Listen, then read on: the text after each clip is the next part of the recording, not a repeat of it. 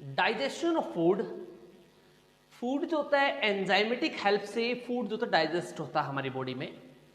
Generally food जो होता है हमारी बॉडी में 3 फॉर्म में आता है, in the form of carbohydrate, in the form of protein and in the form of fat. तो हम जनरली आप फूड को ब्रेकडाउन किस तरह से होता है, अलग अलग फॉर्म, लाइक कार्बोहाइड्रेट किस तरह से होती है, प्रोटीन किस तरह से होती है, फैट हमारी बॉडी में किस तरह से ब्रेकडाउन होती है, उनके बारे में डिस्कस करेंगे। तो फर्स्टली मैं यहाँ पे डिस्कस करूंगा कि हमारी बॉडी में कार्बोहाइड्रेट किस तरह से डाइजेशन होता है। तो डाइजेशन ऑफ कार्बोहाइड्रेट,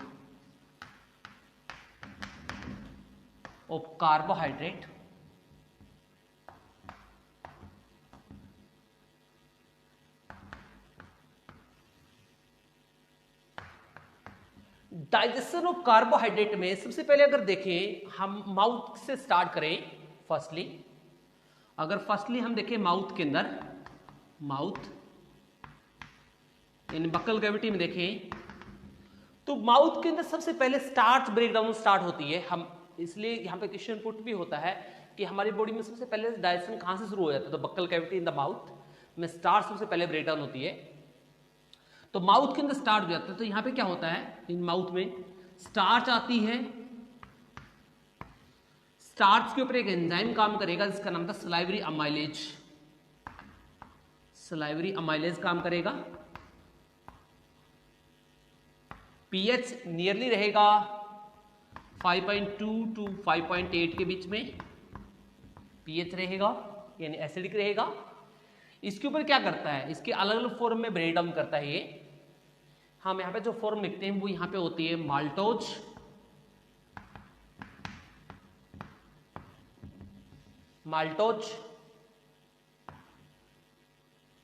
डेक्स्ट्रिन, कई बार एक फॉर्म आती है डेक्स्ट्रिन प्लस ग्लूकोज। वैसे तो इसके कई सारी फॉर्म यहाँ पे ब्रेकडाउन होती है, माल्टोज में होता है, आइसोमाल्टोज में होता है, डेक्स्ट्रिन में होता है, आइसोडेक्स्ट्रिन में होता है, राइट, और ग्लूकोज में होता है। तो इसकी वेरियस फॉर्म यहाँ पे होती है। आप नॉट ओनली ग्लूकोज यहाँ पे लिखोगे, आप माल्टोज जनरली दिया मिलता है, माल्टोज के अलावा अदर फॉर्म भी होती है, लाइक माल्टोज तो होती है, माल्टोज के साथ में आइसोमाल्टोज भी आती है, डेक्स्ट्रिन भी आती है, आइसोडेक्स्ट्रिन भी आती है, ग्लूकोज भी आती है। तो मैंने तो सिंपल बनाने की कोशिश की है इसको, तो मैं यहाँ पे माल्टोज या फिर डेक्स्ट्रिन या ग्लूकोज दो ही फॉर्म लिख रहा हूं मैं यहाँ पे। तो ये ब्रेकडाउन हुआ कहां पे, माउथ के अंदर। तो नियरली 30% जो स्टार्च होती है वो माउथ में ब्रेकडाउन हो जाती है। 30 to 33% जो होती है स्टार्च ब्रेकडाउन इन माउथ। तो हमारी बॉडी की नियरली 33% जो स्टार्च होती है, नियरली 30 to 33% जो स्टार्च होती है वो माउथ में ब्रेकडाउन होती है। फिर बात करते हैं स्टमक में। देखो स्टमक में कोई डाइजेशन होगा नहीं इसका, कार्बोहाइड्रेट का स्टमक में कोई डाइजेशन होता नहीं है। हाँ, अब डायरेक्टली डाइजेशन होता है in the small intestine. Small intestine में किस तरह से ब्रेकडाउन होता है, स्मॉल इंटेस्टाइन में जो स्टार्च आती है, स्टार्च आएगी, इस स्टार्च के ऊपर एक एंजाइम काम करेगा जिसका नाम था अमाइलेज से बोलते हैं पेनक्रेटिक अमाइलेज। देखिए यहां से आपको ये करने से पहले आपको एक वर्ड और करना पड़ेगा। क्वेश्चन यहाँ पे डीट में एक क्वेश्चन और पुट हुआ याद है यहाँ पे कि which enzymes is involve in the activation of pancreatic amylase. कौन सा एंजाइम ऐसा होता है जो पेनक्रेटिक अमाइलेज के एक्टिवेशन में रोल प्ले करता है। क्योंकि पेनक्रियाज से जो एंजाइम आते हैं वो एक्टिवेट नहीं होते, वो इनएक्टिवेट होते हैं, उसको इन द इंटेस्टाइन में आके एक्टिवेट करना पड़ता है। तो इंटेस्टाइन में क्वेश्चन यहाँ पे नोट करना आप यहाँ पे कि इनके लिए एक एंजाइम होगा जो पेनक्रेटिक अमाइलेज जो आएगा वो इनएक्टिव रहेगा। क्या रहेगा, इनएक्टिव पेनक्रेटिक अमाइलेज आएगा पेनक्रियाज से। पेनक्रेटिक अमाइलेज पटाइलिन बोलते हैं इसको। ये इनएक्टिव होगा, कैसा रहेगा, इनएक्टिव रहेगा। इसको एक्टिव करने के लिए अगर इसको एक्टिव अमाइलेज में कन्वर्ट होना है, एक्टिव फॉर्म में, यानी एक्टिव फॉर्म में कन्वर्ट होना है, तो इसके ऊपर एक एंजाइम का एक्शन करवाना पड़ेगा, और वो एंजाइम होता है इंटेरोकाइनेज। इंटेरोकाइनेज ये एंजाइम कहां से आता है? इंटेरोकाइनेज एंजाइम आता है स्मॉल इंटेस्टाइन से। किससे आता है? स्मॉल इंटेस्टाइन से। अब स्मॉल इंटेस्टाइन के अंदर जो सूकस इंटेरिकस होता है, स्मॉल इंटेस्टाइन में जो सूकस इंटेरिकस होता है, सूकस इंटेरिकस का मतलब होता है जो इंटेस्टाइनल जूस होता है। क्या होता है? जो इंटेस्टाइनल जूस होता है उससे आता है ये, इंटेस्टाइनल जूस से। तो इंटेस्टाइनल जूस मेनली एक एंजाइम रिलीज करेगा जिसका नाम होता है सूकस इंटेरिकस, या इंटेस्टाइन मेनली एक जूस रिलीज करेगी जिसका नाम होता है इंटेस्टाइन जूस या सूकस इंटेरिकस। उसके अंदर एक मेनली एंजाइम मिलेगा, उस एंजाइम का नाम होता है इंटेरोकाइनेज। इंटेरोकाइनेज का मतलब होता है जितने भी डाइजेस्टिव एंजाइम जो पैनक्रियाज से आते हैं उन सभी को एक्टिवेट करता है ये। जितने भी एंजाइम जो पैनक्रियाज से आएंगे उन सभी को क्या करेगा? एक्टिवेट करेगा ये। तो यहां पे इनका काम क्या है? एक्टिवेशन करना भी होता है। तो ये क्या कर रहा है? यहां पे एक्टिवेट कर रहा है स्टार्च। तो ये आप नोट कर लीजिएगा कि इन सभी एंजाइम को इंटेरोकाइनेज एक्टिवेट करता है। तो यह यहाँ पे पैनक्रेटिक अमाइलेज यानी पेटाइलिन आया, अमाइलेज। पीएच रहेगा 8.2 टू 8.8, कन्वर्ट कर देगा same as maltose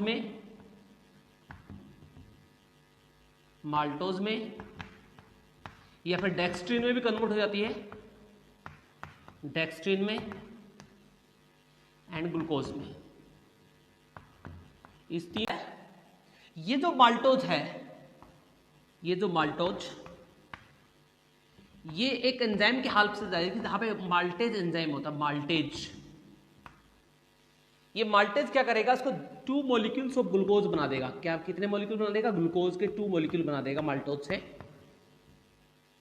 same as अगर डेक्स्ट्रिन है तो डेक्स्ट्रिन भी सेम जाती है। अगर आइसोमाल्टोज तो वो भी 2 में जाएगी, डेक्स्ट्रिन है वो भी 2 में जाएगी। तो यहां पे एक एंजाइम काम करेगा जिसका नाम है डेक्स्ट्रिनेज। पीएच सेम रहेगा, ये पीएच सेम रहेगा डेक्स्ट्रिनेज, क्योंकि इंटेस्टाइन का पीएच यही होता है। डेक्स्ट्रिनेज वो भी कितने बनाता है? 2 मॉलिक्यूल ऑफ ग्लूकोज बनाएगा। सेम एज आइसोमाल्टेज है, आइसोडेक्स्ट्रिन सेम 2 ग्लूकोज मॉलिक्यूल में जाती है। तो ये तो मेनली होता है स्टार्च का ब्रेकडाउन। कुछ और शुगर भी हमारी बॉडी में आती है, अदर शुगर जैसे मिल्क शुगर लेते हैं हम। देखो दूध होता है, दूध में आपने देखा हुआ कर्ड, अगर हम दूध से पनीर बनाते हैं यानी चीज बनाते हैं या फिर उससे कर्ड बनाते हैं तो उसमें 2 फॉर्म निकलती है, एक होती सॉलिड फॉर्म, एक होती लिक्विड फॉर्म। जो सॉलिड फॉर्म होती है, जो सॉलिड फॉर्म हम समझते हैं कि सॉलिड फॉर्म को हम बोलते हैं यहाँ पे लैक्टोज, सॉरी सॉलिड फॉर्म को बोलते हैं कैसिन प्रोटीन। क्या बोलते हैं? कैसिन प्रोटीन बोलते हैं। वो क्या होती है? प्रोटीन होती है, इसका नाम कैसिन प्रोटीन, इसे होते हैं मिल्क प्रोटीन भी कहते हैं। और फिर उसे उसमें मिलता है एक लिक्विड पार्ट। आपने पनीर के अंदर लिक्विड पार्ट देखा होगा, और आपने जब हम कर्ड बनाते, दही बनाते हैं, उसके अंदर भी लिक्विड पार्ट मिलता है। वो जो लिक्विड पार्ट वो होता है लैक्टोज। वो क्या होता है? लैक्टोज होती है। वो लैक्टोज एक शुगर होती है, वो शुगर भी हमारे अंदर टूटती है। जो मिल्क शुगर होती है लैक्टोज, लैक्टोज का मतलब मिल्क शुगर।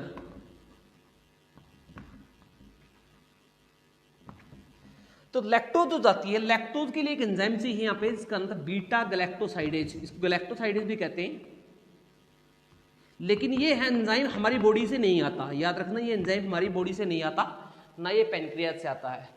ये हमारे इंटेस्टाइन के अंदर ई कोलाई बैक्टीरिया प्रोवाइड करता है। ये एक मैकेनिज्म है जिसे बोलते हैं लैक ऑपेरोन मैकेनिज्म।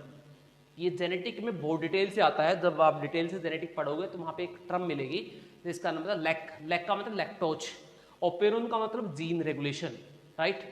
तो एक मैकेनिज्म होता है ई कोलाई बैक्टीरिया का जिसका नाम था लैक ऑपेरोन। लैक ऑपेरोन के थ्रू ये एंजाइम हमें प्रोवाइड किया जाता है। इसी वजह से हमारी बॉडी में, हमारे इंटेस्टाइन में मिल्क शुगर को तोड़ने के लिए, मिल्क शुगर को डाइजेस्ट होने के लिए ई कोलाई बैक्टीरिया मस्त होते हैं हमारे इंटेस्टाइन में, और हमारे इंटेस्टाइन में ई कोलाई बैक्टीरिया रहते भी हैं, राइट। किस लिए? लैक्टोज को तोड़ने के लिए। तो बीटा गैलेक्टोसाइड एंजाइम आता है जो इकोलाई रिलीज करता है, ये कन्वर्ट हो जाएगी गैलेक्टोज में प्लस ग्लूकोज में। दोनों ही फॉर्म हमारी बॉडी में एब्जॉर्बेबल होती हैं।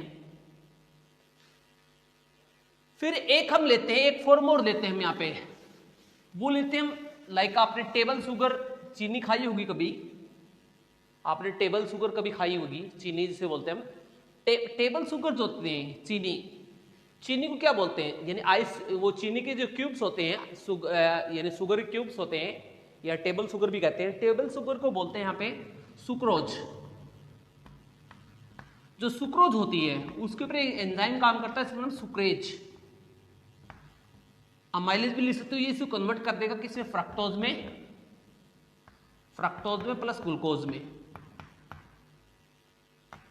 में, दो फॉर्म में कन्वर्ट करेगा, फ्रक्टोज प्लस ग्लूकोज, राइट। तो 70% जो स्टार्च होती है वो हमारी बॉडी में स्मॉल इंटेस्टाइन में डाइजेस्ट होती है। 70% starch break down in small intestine, right. तो 70% कहाँ टूटेगी, स्मॉल इंटेस्टाइन में टूटती है। इसके अलावा हमारी बॉडी 3 शुगर को अब्जॉर्ब करती है। ह्यूमन बॉडी अब्जॉर्ब 3 शुगर को अब्जॉर्ब करेगी। कौन कौन सी होती है, फ्रक्टोज, ग्लूकोज, फ्रक्टोज और ग्लूकोज को, और थर्ड होती है गैलेक्टोज को। तो ये क्वेश्चन रिपोर्ट हो चुका है कि ह्यूमन की बॉडी में इन 3 शुगर के अलावा फ्रक्टोज, ग्लूकोज और गैलेक्टोज, कोई 4th शुगर यहां पे अब्जॉर्ब नहीं हो सकती, और ये हमारे लिए बहुत ज्यादा जरूरी होता है। इसलिए आपने कई बार आर्टिफिशियल स्वीटनर सुने होंगे, जो जनरली केमिस्ट्री में आते हैं। आर्टिफिशियल स्वीटनर्स क्या होते हैं, तो आर्टिफिशियल स्वीटनर जो होते हैं, आर्टिफिशियल स्वीटनर के अंदर क्या मिलता है, आर्टिफिशियल स्वीटनर में इन 3 ग्लूकोज, इन 3 कार्बोहाइड्रेट के अलावा हमारी बॉडी में कोई 4th ग्लूकोज डाल देते हैं, 4th कार्बोहाइड्रेट डाल देते हैं, जो हमारी बॉडी में डाइजेस्टेबल नहीं होती, और वो हमें मीठापन भी देते हैं। आपने शुगर फ्री गोल्ड वगैरह में इनमें आपने देखा भी होगा, क्या होते हैं, आर्टिफिशियल शुगर सैकराइड मिलते हैं, और वो सैकराइड इन 3 फॉर्म के अलावा टूटते हैं, राइट। इन 3 फॉर्म के अलावा टूटेंगे, right. So that is about the digestion of carbohydrate.